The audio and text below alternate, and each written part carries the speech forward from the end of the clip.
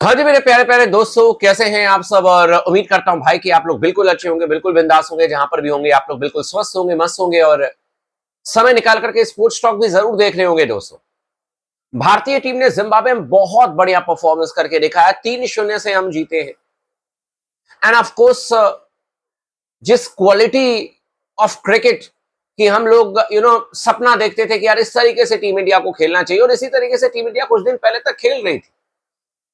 लेकिन सडनली जिस तरीके से आयरलैंड में हम हारे हैं, इंग्लैंड में हम हारे हैं, सब कुछ एकदम बदल गया और डाउट करने लग गए कि क्या जिम्बाब्वे को भी हम हरा पाएंगे, वो भी जिम्बाब्वे में जाकर के। लेकिन भाई साहब, कुछ भी अनहोनी नहीं होने दिया वीवीएस लक्ष्मण ने, श्रेयस अय्यर ने, और हमारी युवा गेंदबाजी लाइनअप ने, और हमारे युवा प्लेयर्स ने कुछ भी गलत नहीं होने दिया। सब ने बहुत बेहतर तरीके से परफॉर्मेंस किया, काम एंड कंपोज नजर आए, अपने अपने रोल को सही तरीके से निभाते हुए नजर आए, और इसी का नतीजा है कि भारतीय टीम 3-0 से जिम्बाब्वे में सीरीज जीतने में कामयाब हो गई। लेकिन आप लोगों को कुछ मैं पास्ट में ले जाने की कोशिश करूंगा और उसके बाद मैं सारी चीजें समझाऊंगा। क्या बीसीसीआई तैयार है स्प्लिट कोचिंग को लेकर के? इसको लेकर के क्या बड़ी खबर आ रही है वो मैं आपको बताता हूं। क्या गौतम गंभीर का जो टेन्योर है वो 2027 वर्ल्ड कप तो रहेगा ओडीआई फॉर्मेट में, लेकिन क्या एक फॉर्मेट में गौतम गंभीर से अब कोचिंग लेने के बारे में बीसीसीआई सोच रहा है, या फिर गौतम गंभीर को हर फॉर्मेट से ही हटा दिया जाएगा, या अंत में यह फैसला आएगा कि गौतम गंभीर हर फॉर्मेट में ही कोच बने रहेंगे जिस तरीके से अब तक बने हुए हैं? इन तमाम चीजों पर चर्चा करेंगे। एक बहुत बड़ी अपडेट आ रही है, चैनल को जरूर सब्सक्राइब कर लीजिएगा, इस वीडियो को आखिरी तक जरूर देखिएगा और आप अपनी राय भी जरूर दीजिएगा। आपको याद होगा कि जब भारतीय टीम आयरलैंड में हारी थी, उसके बाद इंग्लैंड में हारी थी, और इंग्लैंड में हम 2 बार हारे हैं। By the way, ODI format को मत भूलिए आप लोग। आयरलैंड में 2-0, इंग्लैंड में 4-0 टी20, एंड देन ओडीआई में 2-1 से, यानी कि कुल मिलाकर के 2-4-2-6 और 3 9 मैच में से एक मैच हम जीते इंग्लैंड में। इंग्लैंड और आयरलैंड मिलाकर के जो 9 मैच हमने खेले उसमें से हम एक मैच जीते। 8 मैच हम हारे हैं। एक मैच बारिश की वजह से रिजल्ट नहीं आया, लेकिन 8 मैच हम हारे हैं आयरलैंड और इंग्लैंड।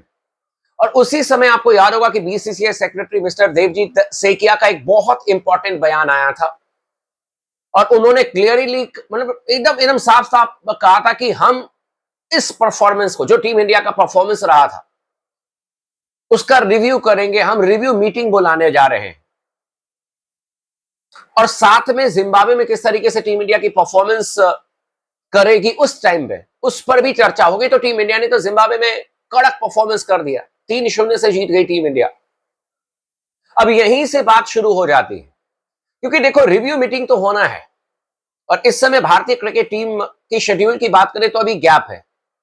अब टीम इंडिया का जो नेक्स्ट असाइनमेंट है वो श्रीलंका के खिलाफ में है, जो कि 15 अगस्त से खेला जाएगा, टेस्ट मैच 15 से 19 अगस्त, और देन 23 अगस्त से लेकर के 27 अगस्त के बीच में 2 टेस्ट मैचेस हैं। इसी बीच आपका रिव्यू मीटिंग हो सकता है कि इसी महीने के आखिरी के जो 4-5 दिन है उसमें एक रिव्यू मीटिंग होगी, और उसी में एक बड़ा फैसला हो सकता है। हाल फिलहाल में हम सब ने देखा है कि इंग्लैंड ने किस तरीके से ब्रेंडन मैकलम को टेस्ट मैचेस से हटाया है, और स्प्लिट कोचिंग पर ध्यान देने के बारे में उन्होंने शुरू किया, और वो तो कर रहे हैं। वो तो अब ब्रेंडन मैकलम तो अब व्हाइट बॉल फॉर्मेट के कोच रहेंगे। गौतम गंभीर को लेकर के क्या फैसला होगा, क्योंकि वीवीएस लक्ष्मण की देख रेख में टीम ने बहुत बढ़िया परफॉर्मेंस किया। बहुत सारे लोग कहेंगे कि ठीक है, वो तो 3 मैच के लिए आए, वो तो राहुल द्रविड़ के टेन्योर में भी आते थे, बिल्कुल आते थे, लेकिन राहुल द्रविड़ के टेन्योर में वीवीएस लक्ष्मण ने जो सेंटर ऑफ एक्सीलेंस है, बाद में पहले नेशनल क्रिकेट एकेडमी था, अब सेंटर ऑफ एक्सीलेंस जो कि और बड़े लेवल पर बना है, जब उन्होंने उसका हेड ऑफ डिपार्टमेंट का पदभार संभाला था उस समय वो बिल्कुल नए नए थे। अब देखें तो पिछले 3 साल से मेरे ख्याल से वो सेंटर ऑफ एक्सीलेंस के हेड हैं, और जितने भी आप स्पोर्ट्स एडमिनिस्ट्रेटर को आप पूछेंगे, और खासतौर पर जय शाह जी की भी बात करेंगे, जो खबरें आती हैं कि सब उनको बहुत पसंद करते हैं वीवीएस लक्ष्मण को, क्योंकि जिस तरीके से उन्होंने सेंटर ऑफ एक्सीलेंस में काम किया है और सेंटर ऑफ एक्सीलेंस को बनाने में जो उनका योगदान है, सब कहते हैं फैंटास्टिक। और साथ में उनकी कोचिंग स्टाइल को लेकर के सब बहुत पसंद उनको करते हैं, क्योंकि आप वीवीएस लक्ष्मण को कभी भी ये नहीं देखेंगे कि मैं ही मैं हूं, बाकी सब कम है। आप देखेंगे कि वो हमेशा बैक सीट पर बैठे रहते हैं, इनफैक्ट अगर आप जिम्बाब्वे दौरे पर देखेंगे तो वीवीएस लक्ष्मण आपको हार्डली नजर आए होंगे, और वो सिर्फ स्ट्रेटेजी बनाते हैं, प्लेयर्स को पूरी पूरी तरीके से एक एक फ्रीडम देते हैं कि आप फ्रीडम इन द सेंस कि ये नहीं कि जाओ आंख बंद करके बैटिंग करो, मतलब फ्रीडम की उसको क्या पसंद है उस तरीके से खेलने की फ्रीडम देते हैं।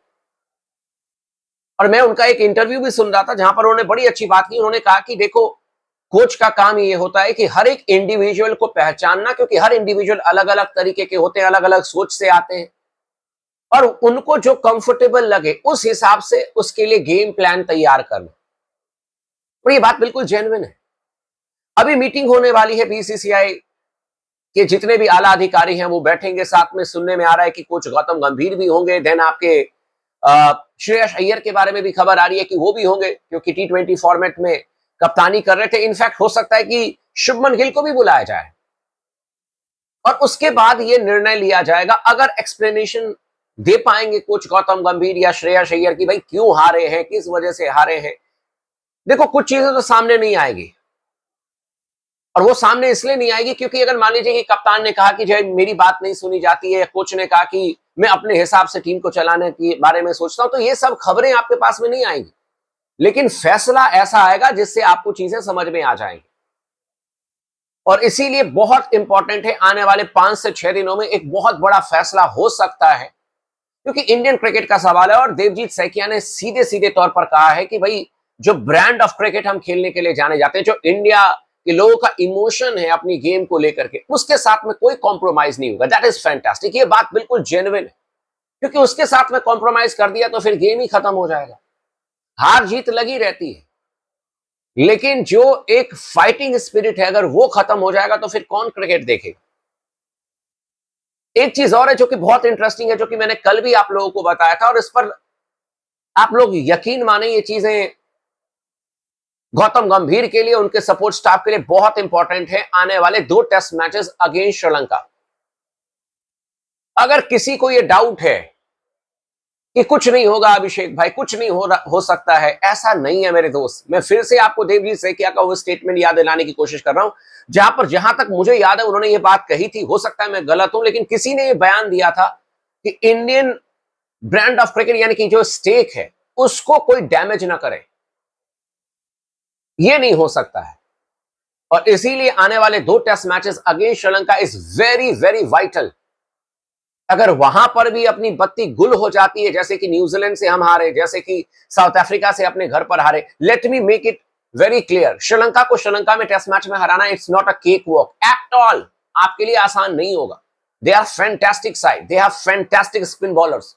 आपको बहुत मुश्किलों का सामना करना पड़ेगा। You have to play out of the skin, तब जाकर के आप श्रीलंका में जीतोगे। और अगर श्रीलंका के खिलाफ में आप नहीं जीतोगे तो मैं आपको लिख करके दे सकता हूं कि एक बहुत बड़ा फैसला आप लोगों के सामने में आ जाएगा।